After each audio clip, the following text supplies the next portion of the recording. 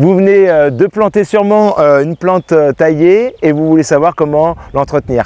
Donc aujourd'hui, on est là pour expliquer comment tailler un pin. Donc c'est la variété, le pin, là c'est un pin sylvestre en forme de niwaki. Donc le niwaki, c'est, on va dire, un arbre nuage ou bonsaï de ce jardin si vous préférez. Le principe, c'est de maîtriser les plateaux pour que, au fur et à mesure des années, on garde encore sa forme en respectant une tête pas trop grosse et des plateaux en base qui vont s'agrandir au fur et à mesure du temps que vous allez pouvoir les tailler. Donc avec Florian, on va vous expliquer tout ça.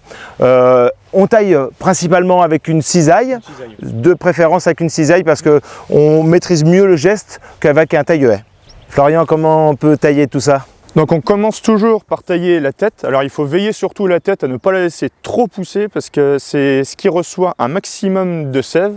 Donc elle va toujours pousser plus que vos plateaux d'en dessous. Donc ça c'est bien maîtriser la partie quoi. C'est ça, maîtriser un maximum la partie de la tête et surtout ne pas les laisser pousser en largeur. Ensuite, pour une petite astuce pratique, on commence à tailler les plateaux d'en haut et on redescend jusqu'à ceux du bas. Ça évite juste à avoir à renettoyer le bonsaï à la fin.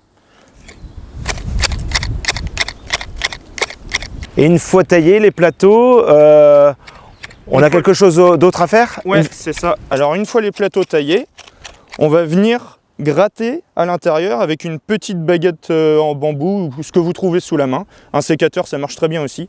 Pour enlever à l'intérieur toutes les aiguilles mortes pour laisser aérer le plateau. Ça doit respirer quoi. Faut que ça respire, c'est ça. Ouais, c'est ça. Donc on enlève, on désaiguille. On désaiguille, on enlève toutes ces petites aiguilles mortes qui sont à l'intérieur. La période de taille pour le niwaki, c'est à peu près début mai. Là, dès que les chandelles dépassent 10 à 15 cm, on rabat, on essaye de suivre le plateau. Et surtout, ce qui est important, c'est bien maîtriser les proportions.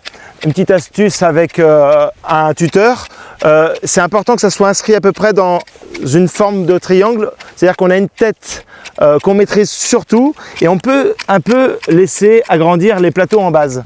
On a une taille donc début mai et à peu près 3-4 semaines après on a encore une repousse d'une deuxième série de chandelles qu'on va tailler à peu près début juin. Et à partir de là, il n'y a presque plus d'entretien, on a fait à peu près le principal de la taille.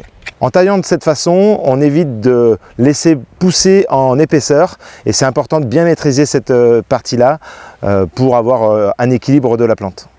Maintenant qu'on vous a tout expliqué sur la taille d'un pin niwaki, à vous de jouer.